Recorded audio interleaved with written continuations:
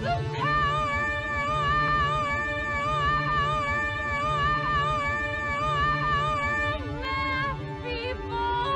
want to be in a galaxy where Star Trek isn't lame. You want to go where everybody knows your name.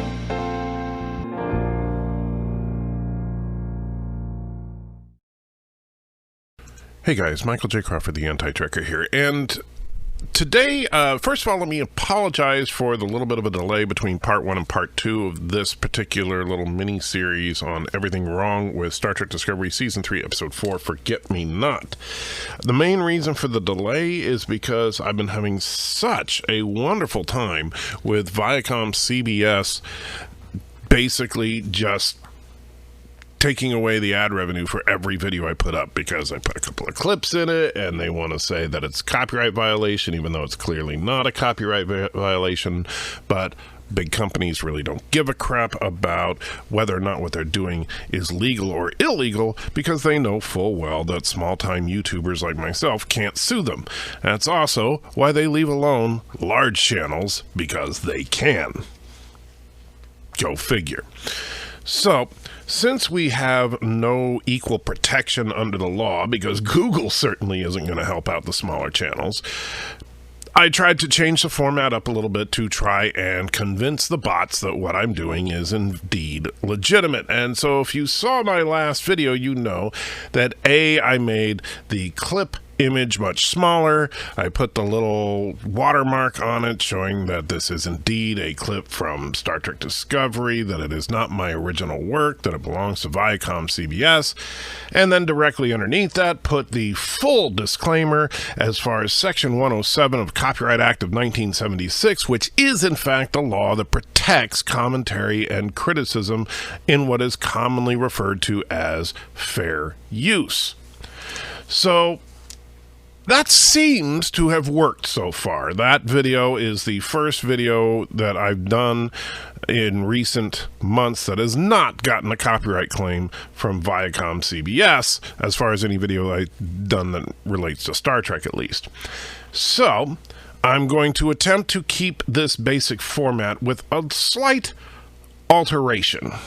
And that alteration comes in the form of the little picture of me with the counter on it.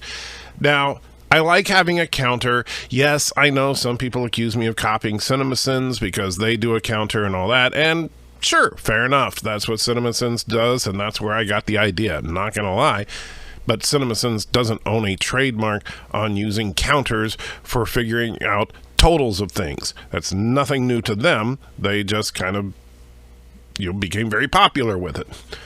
So I'm going to keep the counter, but then I was also thinking about, well, CinemaSins calls it a sins counter, which is, a clever little thing because that's the name of their channel and everything. So I should come up with some kind of name for the counter that I use. And so, how many problems, how many sins, how many whatever, right? And so I wanted to figure out something that would be uniquely me, something that is not derivative of anybody else, that is mine. Now, then I thought about it. While I don't use it for all my stuff currently, when I started this channel, I was using a modified poop emoji as an image for my avatar, and quite frankly, there's a long story behind that, but I'm not going to get into that right here.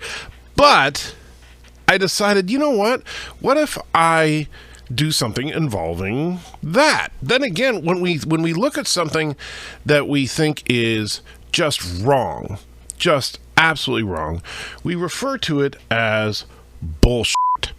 So I was like, okay, I'm starting to get an idea here. So it's a bullshit counter.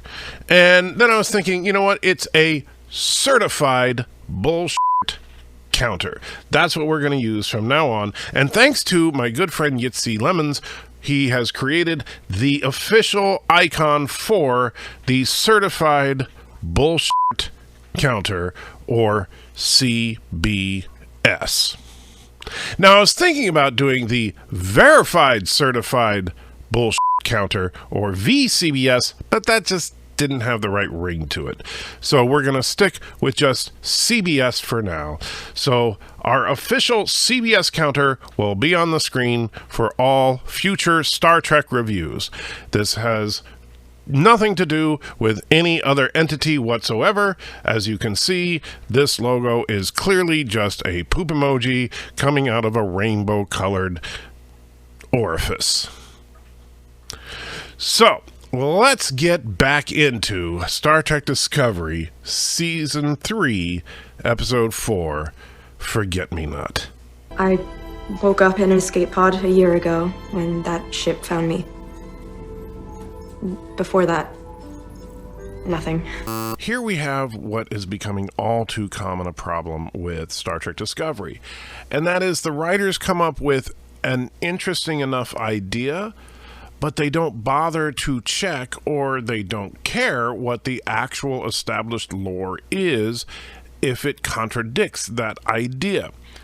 Frankly, if you're going to involve an existing culture, species, event, ship, whatever it is, if you're going to involve that in your show, then you should at least understand what the history of that culture, event, species, ship, etc. are. In this particular case, we know that while Trill symbiotes are not completely compatible with human anatomy, it can be done, and it does not cause memory loss. Riker was a willing host, as was Adira. Yes, it was an emergency that they had to put this host in Adira, just as it was an emergency that they had to put the symbiote in Riker. In fact, the circumstances are remarkably similar. In both cases, the existing host was injured, and there was not a suitable host nearby, and so this person volunteered to take over the host, the symbiote. The only difference is that in Riker's case, they knew it was only going to be temporary. So why they did that, I don't know. It makes sense as far as, well, 32nd century medicine may be able to better help a human and Trill join. No problem there. But why the memory loss? Well, frankly, just because they wanted to have a mystery, which really was unnecessary. I can also speak 7 languages and cook a mean Bajoran Hosperat. Have I always been a genius, or do these skills belong to my squid's previous hosts? Well, if it is your squid. Okay, first of all, they just finished saying that she has no memory, but apparently she has memory. And not only that, but apparently she has no memory of anything at the same time of having memory of everything. So even though she can't remember anything about her past life prior to the infusion of this Trill symbiote, she can remember all sorts of random details from the Trill symbiote. But then why is it that she still has her personality? Why doesn't she have Senatal's personality? Instead, she has Adira's personality with some of Senatal's memories, but none of Adira's memories. This makes no freaking sense whatsoever. Also, my gosh, the smug level has been turned up to 11 here. Okay. When Michael Burnham corrects herself from saying symbiote to saying squid, this shows the colossal level of ignorance in the writers of this show. Why? Because it seems like a big part of this show, the intent of this show, is to try and project a world of tolerance and equity. And you know what? That's not a bad thing in and of itself. It kind of detracts if that becomes the only point of the show, which is unfortunately what it's pretty much been, but it's not in and of itself a bad thing. But here's the problem. What Michael Burnham did was to replace a proper term with an insulting, derogative slang word. That would be like if you're talking to someone who, I'll just pull someone out of a hat, doesn't like white people. And so they refer to white people as crackers. And you know what? Granted, not as offensive as certain other racial slurs, but I don't want to use those words on this show. So, you are talking to someone who hates white people, they keep calling white people crackers, and you say, well, you know, I understand what you mean, but it's not like all crackers really think that way. And not only that, but the look and the tone on Michael Burnham is one that, oh yes, we want to use that wonderful endearing term, squid. So something is blocking your memories. Like what? Oh, there's no way to know. I can start digging around your hippocampus, hoping to find an answer, or we take you to Trill. So you might think at this point that the fact that Culver says that there's no precedent, yes, I cut that part out, but he said there's no precedent for what's going on, that I might give it a C.B.S. score for that. However, I'm not going to. Why? Because Culver at this time would have no idea that that is the case. However, I'm going to keep that point on there because I don't think the writers bothered to check that fact. They probably genuinely think that no human has ever joined with a trill before because they looked up on Wikipedia what a trill was and this is what they came up with.